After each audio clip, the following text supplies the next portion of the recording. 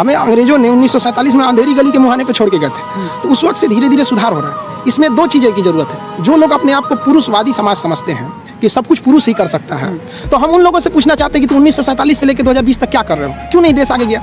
क्योंकि देश ने महिलाओं को बराबरी का मौका ही नहीं दिया। और जिस दिन ये महिलाएं आ जाएंगी ना, उस दिन देश आगे चला जाएगा। और अगर ये हम लोग ये सोचते रहेंगे महिलाओं को छोड़ के आगे बढ़ जाएंगे, तो फिर आप 1947 से लेकर 2020 आ गया, क्या कर लिए आप?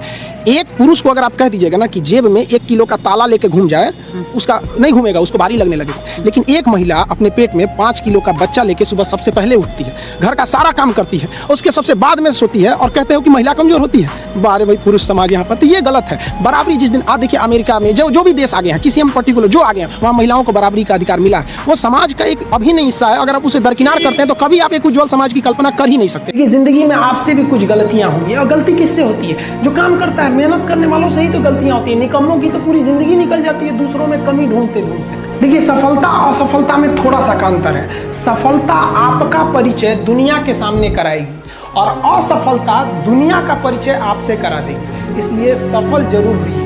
देखिए, 97% लोग जो है ना, वो थक के किसी काम को छोड़ देते हैं, और जिंदगी भर उन 3% लोगों के लिए काम करने लगते हैं जो कभी भी हार नहीं मानते।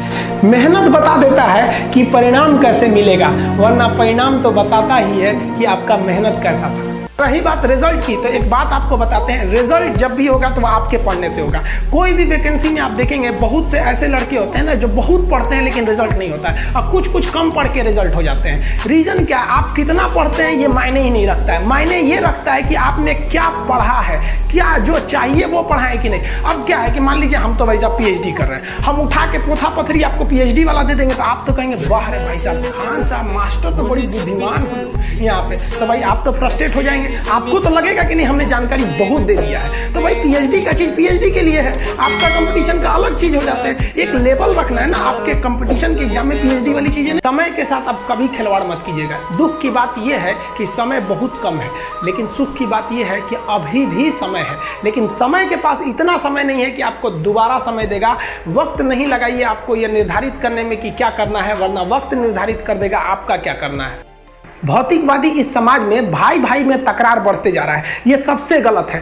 रावण जैसा शक्तिशाली व्यक्ति हार गया क्योंकि उसके पास उसका भाई नहीं था, और राम जी ने रावण जैसे विशाल लंका के स्वामी को ध्वस्त कर दिया क्योंकि राम जी के पास उनके भाई लक्ष्मण का साथ था। इसलिए आप भाई भाई एक होकर रखिए। बड़े भाई का कुछ कर्तव्य होता है, आपको सबसे ज्यादा त्याग करना पड़ेगा। बड़े भाई का कहीं पे भी, घर में कहीं पे भी पैसे लगेंगे तो ज्यादा लगेंगे, मेहनत ज्यादा लगेगा, सब कुछ आपको ज्यादा करना पड़ेगा। ये दुनिया का दस्तूर है। और छोटा भाई है, उसे कभी भी बड़ों का सुनना ही पड़ेगा, और आपको सुनना चाहिए। आपको भी एक बातचीत में एक लिमिट रहना चाहिए। बड़े को भी ये लिमिट रखना चाहिए कि हमें अपने छोटे भाई बहन को कितने लेवल तक डांटना है, लेवल से ज्यादा नहीं डांटना चाहिए। और छोटे भाइयों और छोटे बहनों को भी याद रखना चाहिए कि हम अपनी जुबान का इतना गलत इस्तेमाल ना करें कि बड़े भाई या माँ बाप को बुरा लगे। वो भले आपको कितना डांटे, लेकिन आप अपने आप के लिए एक लेवल बना के रखिए कि ये इतना लेवल के आगे नहीं जाएंगे हम। कुछ लोग भाई, बड़े भाई माँ बाप का जवाब दे देते, कहते ये करो, कहते नहीं करेंगे, क्या करेंगे? हद है भाई साहब, कोई कुछ नहीं करने वाला इस दुनिया में। मर भी जाओगे तो कौन पूछता है? एक तारा टूट जाने से आसमान सूना नहीं होता, लेकिन संस्कार विहीन व्यक्ति जानवर की तरह होता है। आप देखे होंगे मूवी में, अगर हम आपसे कहते हैं मेरा वचन ही है मेरा शासन, आप तुरंत बता देंगे माहिष्मती में शिवगामी देवी का डायलॉग है। कैसे बता दिए? क्योंकि जो आप 3 घंटे की मूवी देख रहे हैं ना, उस 3 घंटे की मूवी के पीछे 1 साल का मेहनत है उस डायरेक्टर का। एक एक सीन को कट करके लगाया है, कैमरा कट, एक्शन, एक साल तक उसने मेहनत किया है। इसलिए आपको वो 3 घंटे की मूवियां खटाक से डाउनलोड हो जाती है।